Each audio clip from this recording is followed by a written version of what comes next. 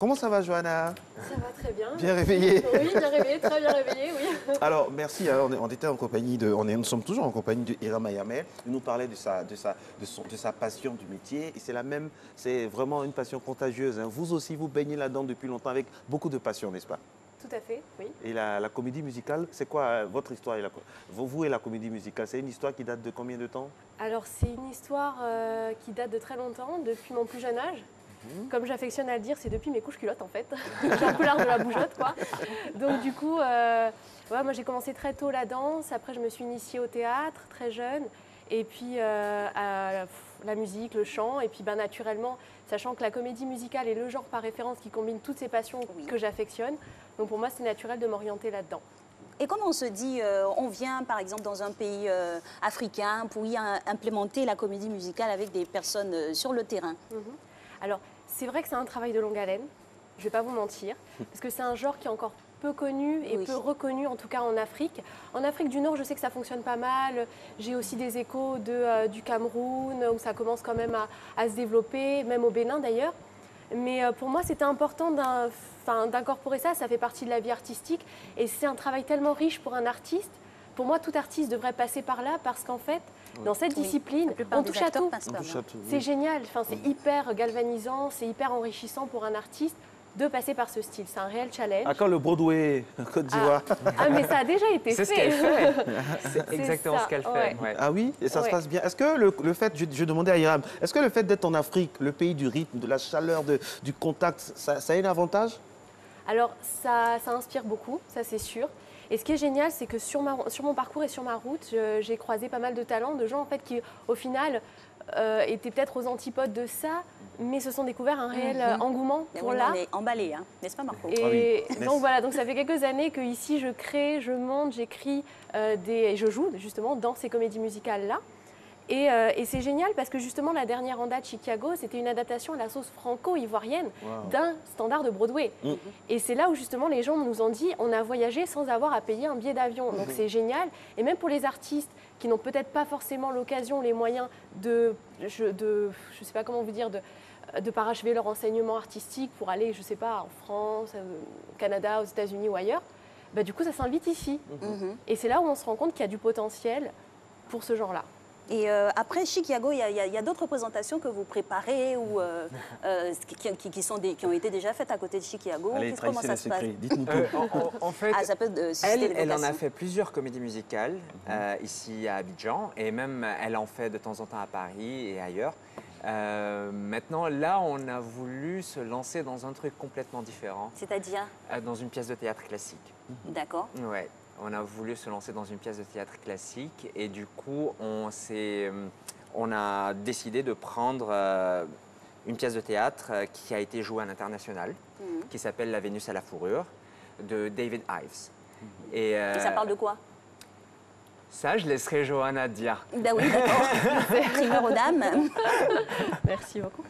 Alors en fait, c'est comme il disait, donc c'est une œuvre classique avec un propos très contemporain, donc très d'actualité.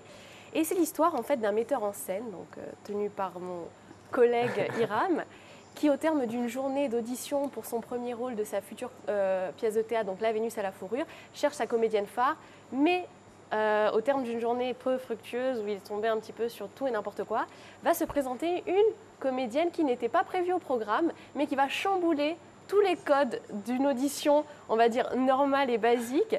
Et en fait, le jeu de pouvoir que lui va vouloir imposer sur elle va se retourner contre lui. Donc c'est beaucoup de mise en abîme. C'est un huis clos, on est deux personnages sur scène, d'environ 1h45. Wow. Et on ne quitte pas la scène et chacun d'entre nous joue 3 personnages. C'est ça, c'est un seul acte. Ah oui. Justement, elle a parlé de 3 personnages. Alors, Johanna, vous êtes danseuse, chanteuse, modèle, passionnée, polyvalente, tout ça. Alors, cette nature... Pas seulement. Un vrai couteau suisse. Alors, justement, cette façon d'être un couteau suisse, cette nature plurielle-là, est-ce que c'est exactement ce qu'il faut pour réussir là-dedans? Alors, moi, je vais vous dire on peut se contenter seulement de certains... Et exceller là-dedans. Et exceller aussi. Alors moi, je vais être à la fois utopique et réaliste en répondant à cette question. C'est le juste milieu. C'est un peu ça, c'est les artistes, on va dans tous les sens, c'est un peu à double tranchant. Alors c'est vrai qu'il faut avoir quand même du potentiel, mais ce potentiel, ça se travaille. Donc c'est beaucoup d'années d'apprentissage. Ça se construit. Exactement, ça se construit. Donc on n'en arrive pas là par hasard. Et voilà, et donc après, c'est en effet un engouement, une curiosité qui est là, permanente, qui fait qu'on se sustente toujours et qu'on a une légitimité dans ce qu'on fait. Et je pars du principe que s'il n'y a pas cette flamme qui nous anime et ce propos qu'on va tenir devant un public, ça ne sert à rien, ce sera toujours bancal et on va se mentir à soi. Ouais, exactement. Tout à fait. Je suis complètement d'accord avec ce que vous dites, c'est vrai, c'est la magie. C'est ça, C'est la magie, exactement. c'est la magie. Maintenant, c'est possible, par contre, en fait, d'exceller dans un seul domaine. C'est possible, il y a plein de gens qui le font. Mais à un moment, ils vont s'ennuyer. Ils n'ont plus rien à donner, ils n'ont plus rien à dire. On sait que le champ de possibilités Exactement, est large. exactement. Du coup, ils vont se limiter à ça et à un certain moment, on va s'y habituer. Et là, il n'y a plus de renouveau. Et du coup, ils vont eux-mêmes arrêter. Myriam, est-ce que c'est évident de diriger des acteurs ivoiriens? Les yeux dans les yeux, dites-moi. Il y a des très bons talents. Il y a des très bons talents. C'est pas tout le temps évident. Et le truc, c'est que c'est pas de la faute des talents. La faute vient en fait de l'environnement, en gros, et de la culture. Voilà. Encore, la culture n'a pas complètement soutenu l'art ici en Afrique. On ne voit pas trop les artistes vivre de leurs arts. Et du coup, c'est très difficile pour eux d'être pris au sérieux.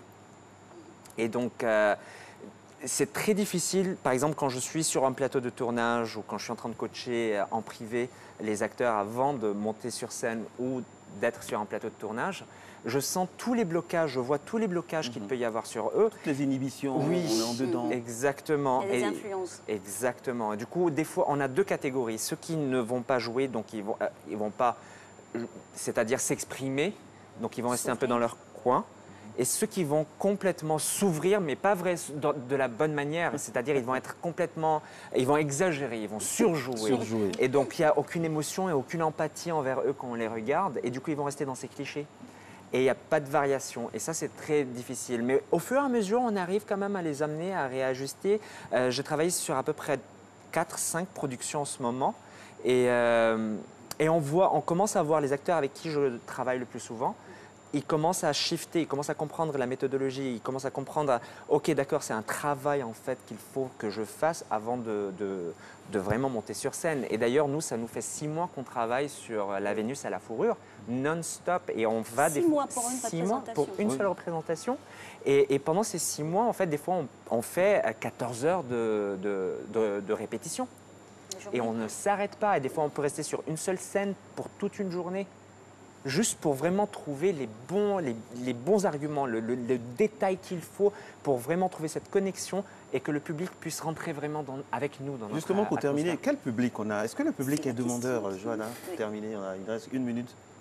De- Le public qui vient, est-ce qu'il y a un public preneur de plus en plus de comédie Qui est musicale conquis. dans notre pays, qui est conquis? Alors justement, moi au début, détrompez-vous, je pensais arriver justement pas forcément du tout en territoire conquis. Hein. Je me suis dit, bon, c'est un pari risqué que je me suis lancé il y a quelques années.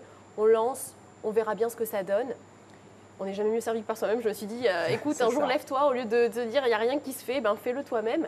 Et en fait, au contraire, j'ai eu vraiment la surprise de me rendre compte qu'il y a un public. Ouais.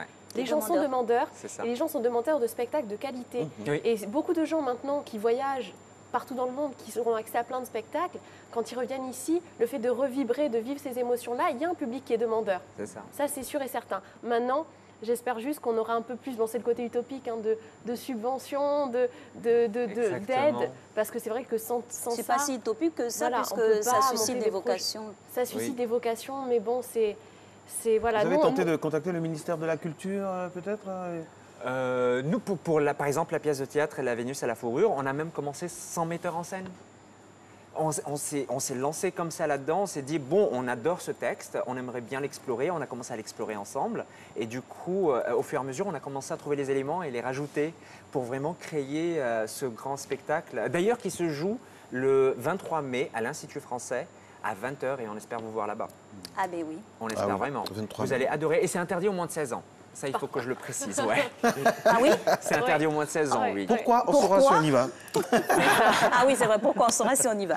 Merci beaucoup à Johanna, merci beaucoup à Hiram. Hiram, Merci. merci à vous. Vous Merci avez à donné vous. tout de suite l'envie d'aimer, Ah de oui, réaimer franchement. la comédie musicale. C'est vrai que ce serait super bon quoi, d'être à Abidjan et d'en profiter, quoi, que d'être toujours De obligé voyager de sans le faire bouger. quand on est en voyage, quand on est en vacances. Merci beaucoup. Merci à On vous vous. dit Merci, bon Dani. courage, Merci. beaucoup de vigueur, beaucoup de santé, force à vous. Oui. Et puis Merci. à la prochaine quoi, pour faire Ben le oui. bilan avec de très belles images. Bah oui, avec plaisir. Bah peut-être après la pièce. Il y a La pas de pièce de souci. théâtre. Avec Allez. grand plaisir, merci beaucoup.